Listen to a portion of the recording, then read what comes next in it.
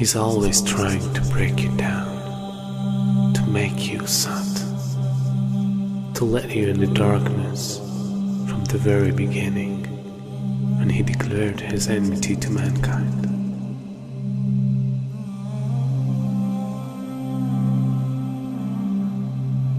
And throughout the history, he caused evil and destruction between every nation.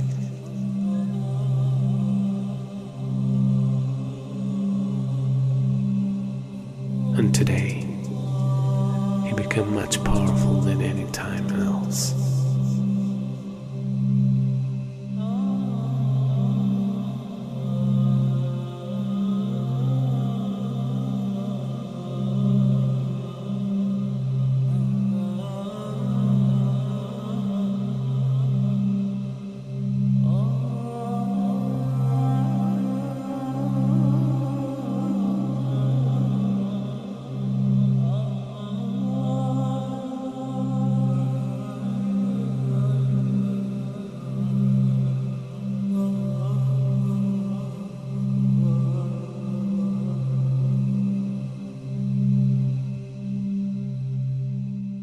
A new world order, a world where the rule of law, not the law of the jungle, governs the conduct of nations.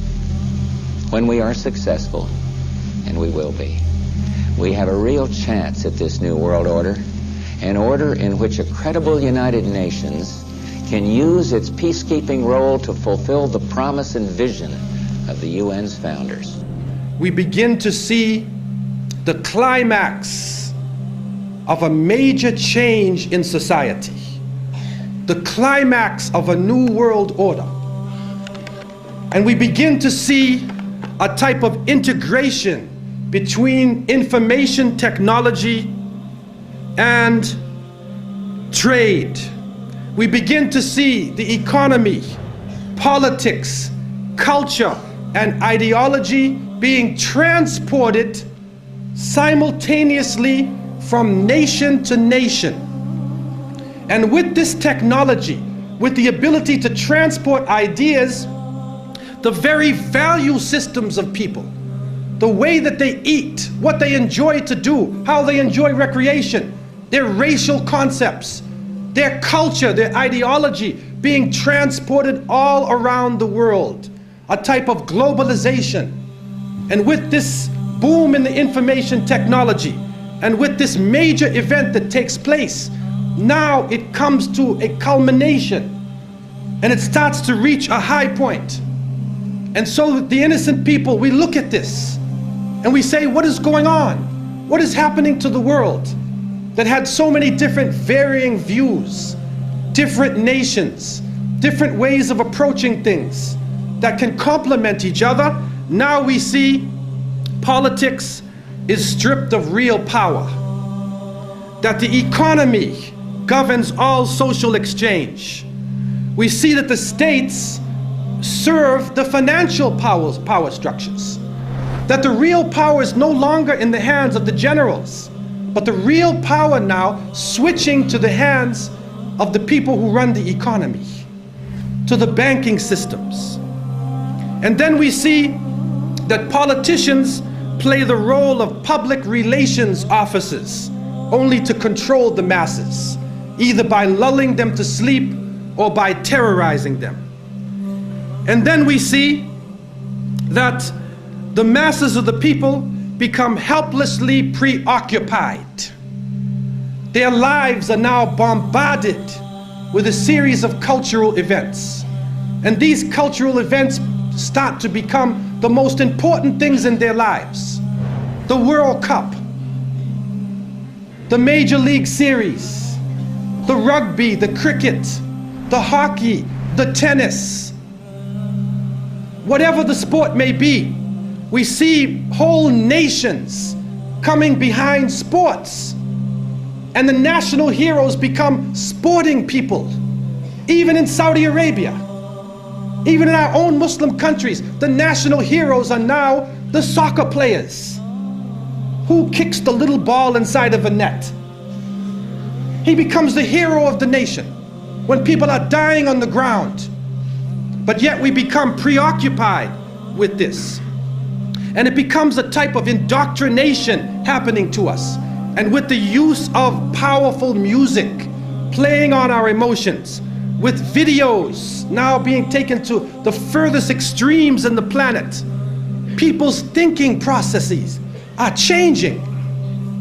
People are now in love with the superheroes, even confused about their own identity, trying to change themselves, change the color of their hair, change their eyes, change the way they dress, change the way they talk on a global level.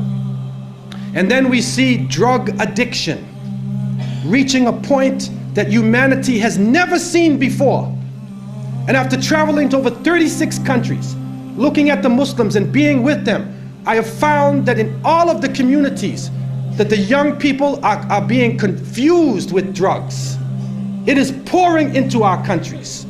No matter what form it takes, cocaine, LSD, psychedelic, depressants, put you up, put you down, confuse you, but create a false world and give you a false dependence so that you become dependent on the chemical.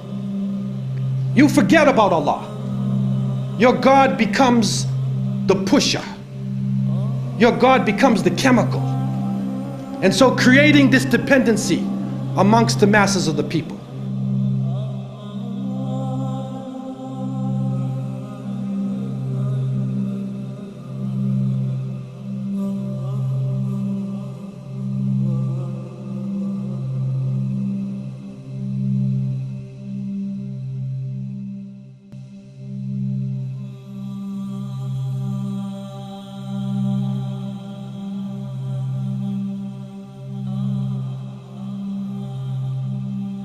This is a dollar bill, which is the now devalued dollar bill. And on the back of the dollar bill, there's a seal on this side. It's called the Great Seal of the United States. That's what it's called. It's their seal. Now behind the seal, this is actually what is behind the Great Seal of the United States, is a pyramid with one eye. Now the one eye is the sun god Re, which is where we get the word ray, sun rays. It is the sun god, same Mithraic character, and he shows up again and again. This is the Masonic god of the ray. 13 5-pointed stars, and when you draw lines between them, you'll draw a 6-pointed star. If the hexagonal star is lifted out and placed over the image of the pyramid, its points indicate specific letters in the Latin inscription surrounding it, which are thought to be an anagram. Inside the American Dictionary is the word anagram, which is the intentional scrambling of the letters of a word to conceal the real word. So if you re-scramble, you get Masons. This is how we know that the Masons originated the drawings for the Great Seal of the United States. This search for concealed meanings in the iconography is not confined to the imagery alone.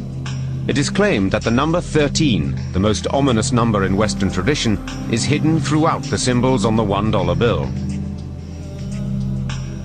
They point out the repetition of the symbolic number 13. There are 13 leaves on the olive branch in the eagle's right claw, 13 arrows in the left claw, 13 stars above the eagle's head, and 13 bars and stripes on the shield. Count the feathers. You'll notice that there are 32 feathers on the bird's left wing and 33 on his right wing. This is understood to refer to the 33 degrees of Masonry introduced by the Supreme Council of the Scottish Rite, America's most prominent Masonic order, whose national HQ is in Washington. If you look, you'll see the pyramid is built except for the top. It's built except for the top. The eye is suspended above the top. It hasn't come down yet.